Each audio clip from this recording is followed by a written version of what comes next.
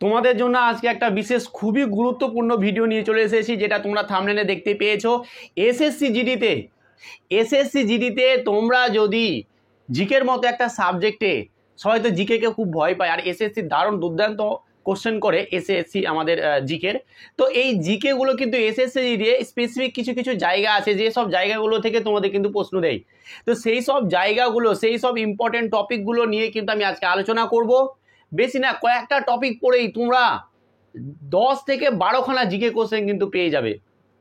তো সত্যি বলছি, আর কয়েকটাই জাস্ট টপিক আছে, তুমি যদি ভালো করে পড়তে তো জিকে নিয়ে নিশ্চিন্ত হয়ে তুমি এই কটা টপিক বারবার যদি রিভিশন বা ভালো করে পড়ো, তাহলে তুমি অনায়াসে 10 থেকে 12টা, মিনিমাম 10 থেকে 12টা কিন্তু কোশ্চেন পেয়ে যাবে। তো চলো আজকের এই টপিকগুলো আমরা আলোচনা করছি। আর যদি ভিডিওটি ভালো লেগে থাকে এবং তার সাথে যদি মনে হয় যে কি হ্যাঁ আমরা জানতে পেরেছি, কিছু শিখতে পেরেছি, চ্যানেলটা অবশ্যই সাবস্ক্রাইব করবে, কারণ এই চ্যানেলে জিকের ওপরে সমস্ত এক্সামের জন্যই কিন্তু সমস্ত রকম ভিডিও পাবে। ঠিক আছে, বিশেষ করে এখন কিন্তু আমাদের প্রতিদিন দুপুর 2টোর সময় লাইভ ক্লাস হচ্ছে, আর আজকে তোমাদের জন্য এই বিশেষ ভিডিওটা নিয়ে এসেছি। চলো তাহলে আমরা টপিকগুলো এক এক পর এক আলোচনা করি, এবং তোমরাকে কিন্তু এই টপিকগুলো ধরে ধরে পড়তে হবে ভালো করে। চলো দেখো, এসএসসি জিডিতে কিন্তু আমাদের যে কোশ্চেনগুলো করে সেগুলো কিন্তু স্পেসিফিক কিছু কিছু জায়গা আছে। সেই জায়গাগুলো তুমি যদি ভালো করে পড়তে পারো তাহলে কিন্তু বাস আর টেনশন নেই। তাহলে সেই জায়গাগুলো কি স্যার? দেখো আমি বলবো একটার পর একটা, তোমরা কিন্তু খাতায় নোট করে নেবে, ঠিক আছে? ভালো করে দেখো। চলো আমাদের প্রথম যে আমাদের টপিক, সেই টপিকটা হচ্ছে সিন্ধু সভ্যতা। আমাদের কি প্রথম টপিক? প্রথম টপিকটা হচ্ছে আমাদের সিন্ধু সভ্যতা। এখান থেকে কিন্তু তোমাদের এসএসসি কিন্তু আমাদের এসএসসি জিডি এক্সামে কিন্তু কোশ্চেন কিন্তু দেখতেই পাই। এটা হচ্ছে, তারপরে আসছে তোমাদের জৈন ধর্ম ও যেটা আমাদের বৌদ্ধ ধর্ম আছে, ঠিক আছে?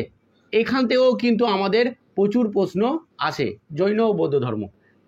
প্রত্যেকটা টপিক খুব ইম্পর্টেন্ট, খুবই গুরুত্বপূর্ণ, কারণ আমি প্রচুর প্রিভিয়াস ইয়ার ঘেটেছি এবং প্রিভিয়াস ইয়ার ঘেটে তোমাদের জন্য কিন্তু তুলে নিয়ে এলাম, ঠিক আছে? এইসব টপিকগুলো মোস্ট ইম্পর্টেন্ট এই টপিকগুলো। তারপরে আসছে তোমরা এতটুকু পড়বে, তারপরে তোমরা পড়ো আমাদের 1857 সাল থেকে 1947 সাল পর্যন্ত যে ঘটনাগুলো বা যেসব জিনিস, এর মধ্যেই কিন্তু আমাদের ন্যাশনাল কংগ্রেস আছে এস্টাবলিশ হয়, যেটা প্রতিষ্ঠা হয়। তো এর মধ্যে এগুলো আমাকে ভালো করে পড়তে হবে। তো হিস্ট্রির মধ্যে বা আমাদের ইতিহাসের মধ্যে এই কটাগুলো তোমরা ভালো করে পড়ো, ঠিক আছে? এরপরে যদি আমরা অন্য কিছুতে যাই, তাহলে দেখো ভারতের নদ নদী খুব ইম্পর্টেন্ট, আর প্রচুর প্রশ্ন আসে। 5 নম্বর টপিক, কয়েকটা টপিক বলবো, ভালো করে দেখে নাও, পুরো ডাউট ক্লিয়ার হয়ে যাবে। তারপরে আমাদের কি আছে? ভারতের নদ নদী হলো। তারপরে যদি আমরা বলতে চাই ইন্ডিয়ান কনস্টিটিউশনে, তাহলে কিন্তু আমাদের ফান্ডামেন্টাল রাইটস, ঠিক আছে? দ্বিতীয় আছে ফান্ডামেন্টাল ডিউটিস।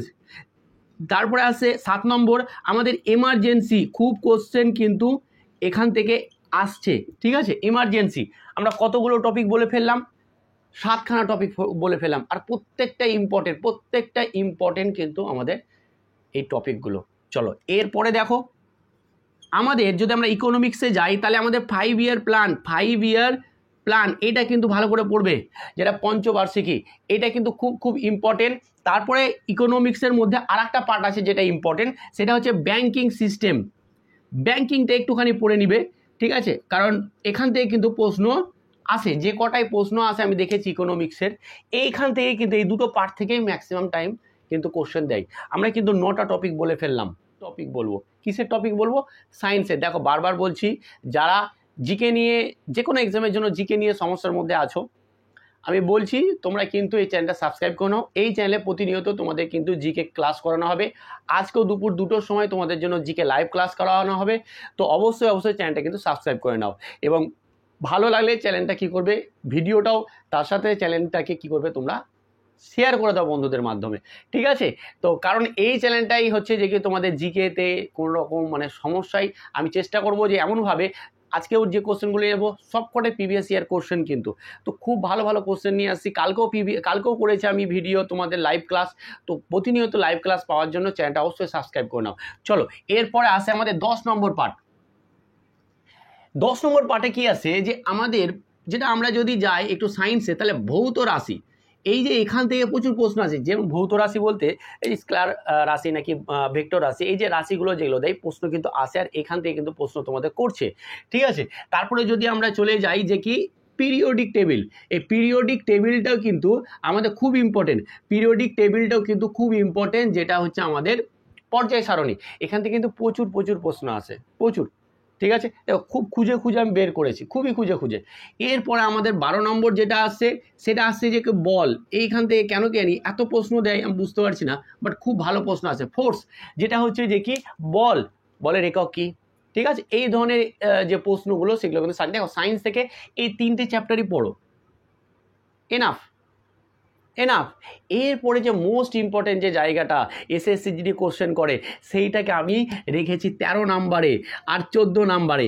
ভালো করে বোঝো, পুরো ভিডিও না দেখলে সব কিছু মিস হয়ে যাবে। আর লাস্টে 15টা, আমি লাস্টে কটা টপিক বলবো, টোটাল 15টা টপিক বলবো। তো 15টা টপিকের মধ্যে আমরা কিন্তু বলে ফেলেছি 12টা। এরপরে আসে আমাদের এই যে লাস্টের 3টে একদম মোস্ট ইম্পর্টেন্ট, আর কোশ্চেন পাবেই, তুমি এখনই খুলে একটা পাবেই যে একটা টপিক থেকে। দেখো 13 নম্বর যেটা হচ্ছে ক্লাসিক্যাল ডান্স, কোন রাজ্যে কি ডান্স বা কোন রাজ্যে কোনটা ক্লাসিক্যাল ডান্স, এই ডান্সের উপর কিন্তু প্রচুর প্রশ্ন দেয় এসএসসি, আশা করি তোমরা দেখেছো কোশ্চেন। এরপর আছে বিভিন্ন রাজ্যের ফেস্টিভ্যাল, উৎসব, কোন রাজ্যের এই উৎসবটা, কোন রাজ্যের এই উৎসবটা, প্রচুর প্রশ্ন করে, প্রচুর প্রশ্ন করে। তো এইগুলো হচ্ছে মোস্ট ইম্পর্টেন্ট, এই জায়গাগুলো সবকটাই মোস্ট ইম্পর্টেন্ট। দেখো কিছু বলার নেই যে এগুলো থেকে প্রশ্ন আসে না, কিন্তু তার মধ্যে এগুলো আরও বেশি ইম্পর্টেন্ট। আর 5 নম্বর আছে current affairs related GK, current affairs related GK. এটা কেমন স্যার, কারেন্ট অ্যাফেয়ার্স রিলেটেড জিকেটা কেমন স্যার, এটা বুঝতে পারলাম না। দেখো যেমন আমাদের কিন্তু এই বছরে কি হয়েছে, অলিম্পিক্স হয়েছে। তাহলে অলিম্পিক্স কখন প্রথম হয়েছিল, অলিম্পিক্সে যে 5টা রিং আছে কোন কোন মহাদেশকে কোন কালারটা বলছে, এগুলো স্ট্যাটিক জিকের মধ্যে পড়ছে। ঠিক আছে, তো এই ধরনের প্রশ্ন হলো। এবার কারেন্ট অ্যাফেয়ার্সের মধ্যে চলে আসবে যে কোন দেশে হলো, পরবর্তী অলিম্পিক্স কোন দেশে হবে, এর আগে কোন দেশে হয়েছিল, এই ধরনের প্রশ্নগুলো। বাট তোমরা কি অলিম্পিক্সের ওপরে কিন্তু ভালো করে জোর করে একটুখানি জিকেগুলো দেখে নাও। ঠিক আছে, ভারত কবে প্রথম সোনা পেয়েছিল অলিম্পিক্সে, এই ধরনের প্রশ্নগুলো কিন্তু আর কোন ব্যক্তি পেয়েছিলেন। ঠিক আছে, তো এই সব প্রশ্নগুলো এগুলো হচ্ছে স্ট্যাটিক জিকে, মানে চেঞ্জ হবে না।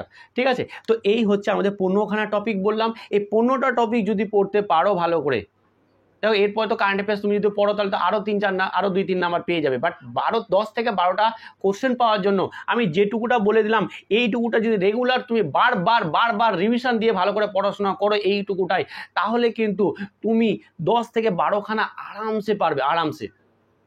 আর তার সাথে সাথে কি করবে যে এর সাথে সাথে, এটা তো বললাম, তার সাথে সাথে তুমি দেখো না পিওকিউ, এসএসসি জিডি খুলে নাও, এসএসসি জিডি কোশ্চেন পেপার খোলো, দিয়ে পিওকিউ দেখো না। পিওকিউর মধ্যে আমি যে কটা টপিক বললাম এই টপিকের মধ্যেই কোশ্চেন বারবার।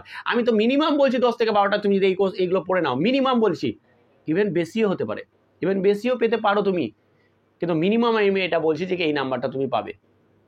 আশা করি তোমাদের জিকে নিয়ে যে সমস্যাটা ছিল, যারা এসএসসি জিডি পরীক্ষা দিচ্ছ বা দিতে যাবে বা প্রিপারেশান নিচ্ছ, তো তাদের আশা করি একটু হলেও আমি হেল্প করতে পেরেছি।